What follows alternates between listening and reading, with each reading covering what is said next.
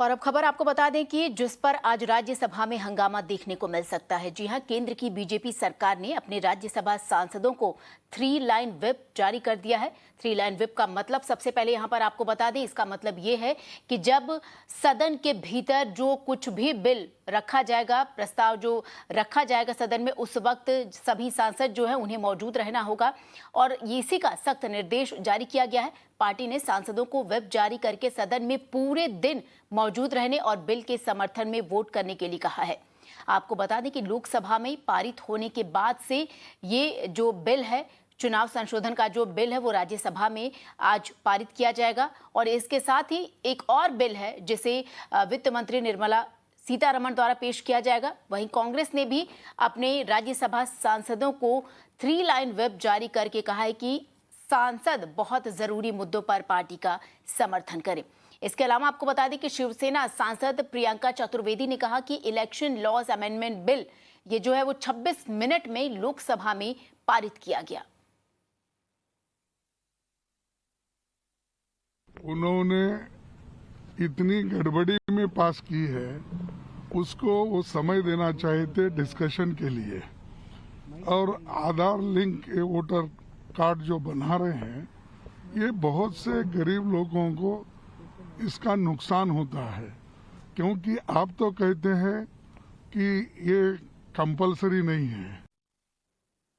और हमारी सहयोगी रंजिता झा हमारे साथ जुड़ रही हैं इस पर और सही तरीके से जानकारी देंगी। इस बड़ी खबर पर अपनी नजर भी बनाए हुए। रंजिता, आपसे जानना चाहेंगे कि आज विपक्ष का जब सदन शुरू होगा, सदन की कार्यवाही शुरू होगी, तो विपक्ष किस तरीके से, किस एक्शन मोड में विपक्ष होगा?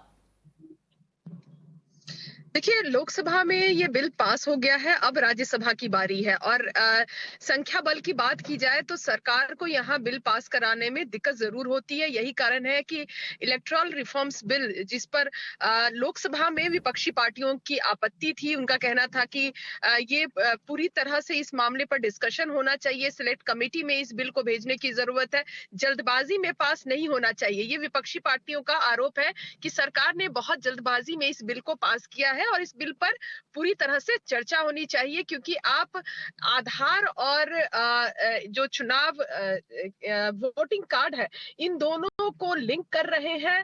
एक तरफ ये भी कह रहे हैं कि ये मान्य नहीं है, सब इस बात को माने, ये जरूरी नहीं है, ये मैंडेटरी नहीं है। लेकिन दूसरी तरफ इसको लेकर जो जल्दबाजी है सरकार की, विपक्ष पार्टियां उसको निशाने पर ले रही है। यही कारण है कि जब आज राज्यसभा में इस बिल को आना है तो कांग्रेस सहित सभी विपक्षी पार्टियों ने अपने सांसदों को कहा है कि वो उपस्थित रहे, क्योंकि उन्हें पता है कि बीजेपी के पास संख्या बल कम है और ऐसे में ज्यादा से ज्यादा कोशिश ये की जाएगी कि इस बिल को सिलेक्ट कमेटी में भेजा जाए, वहां डिस्कशन किया जाए, इसको लेकर जो भी विपक्षी पार्टियों की आपत्ति है, जो बदलाव वो चाहते हैं, उसमें बदलाव के बाद इस बिल को राज्यसभा में पास किया जाए। लेकिन सरकार अपनी तरफ से स्ट्रेटेजी बना चुकी है, सरकार की तरफ से अपनी नीति बनी हुई है। आज संसदीय की बैठक भी हुई है और ये माना जा रहा है कि कांग्रेस अभी जब मल्लिकार्जुन खड़गे जो राज्यसभा में विपक्ष के नेता है, उनके संसद स्थित कार्यालय में अभी विपक्षी पार्टियों की भी बैठक हुई है और इस मुद्दे पर भी चर्चा की गई है इस बैठक में कि इस बिल को लेकर विपक्षी पार्टियों का क्या रुख है और राज्यसभा में भी विपक्षी पार्टी इस बिल को लेकर एकजुट रहे। जी बिल्कुल रंजिता, आपका बहुत बहुत शुक्रिया। और अब चलिए आपको बताते हैं कि आखिर शोर शराबा इस बिल पर क्यों मच रहा है, क्यों विपक्ष जो है लगातार हमलावर है सरकार के खिलाफ। इस बिल के बारे में पूरी जानकारी दे रही है हमारी सहयोगी गौरी सिंह, जो इस वक्त हमारे साथ न्यूज रूम से लाइव जुड़ी है। गौरी, दर्शकों को बताइए कि आखिर इस बिल में क्या क्या चीजें हैं और जिन्हें लेकर विपक्ष इस कदर हमलावर है।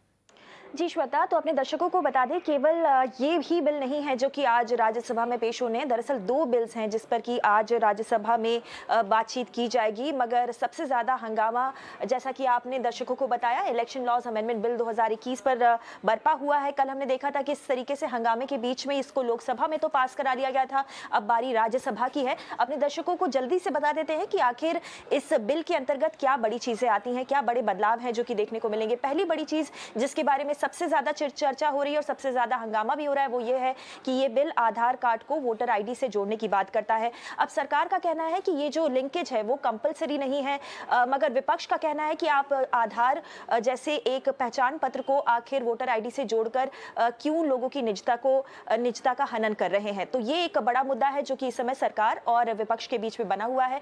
दूसरी बड़ी बात जो कि इस बिल के अंतर्गत आती है वो ये है कि अब अगर आपको वोटर रजिस्ट्रेशन कराना है तो आपको पूरे साल में 4 दिन मिलेंगे। पहले ये प्रक्रिया केवल 1 जनवरी को अंजाम दी जाती थी, अब 4 दिन निश्चित किए गए हैं वोटर रजिस्ट्रेशन के लिए। अगली बड़ी बात जो कि इस बिल में कही गई है वो ये है कि जो भी फीमेल यानी कि महिला सैन्य अधिकारी होते हैं उनके जो पति होते हैं वो उसी कॉन्स्टिट्यूएंसी में वोट दे सकते हैं जहां पर वो सैन्य अधिकारी इस समय मौजूद है या फिर अपना वोट का हक रखती हैं।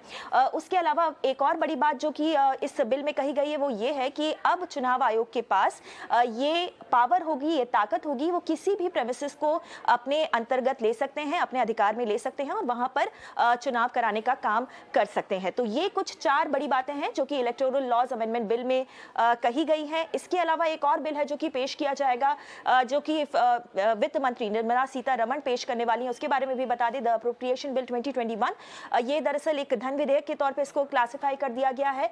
और अगर मोटा-मोटी तौर पर देखा जाए कि इस बिल में क्या बड़ी बात है तो वो ये है, दरअसल ये जो बिल है वो सरकार को अधिकार देता है कि जो कंसोलिडेटेड फंड्स हैं उसमें से सरकार अपना अधिकार का इस्तेमाल करके फंड्स को निकाल सके। तो ये 2 बड़े बिल हैं जो कि आज राज्यसभा में आएंगे। श्वेता। गौरी, शुक्रिया आपका।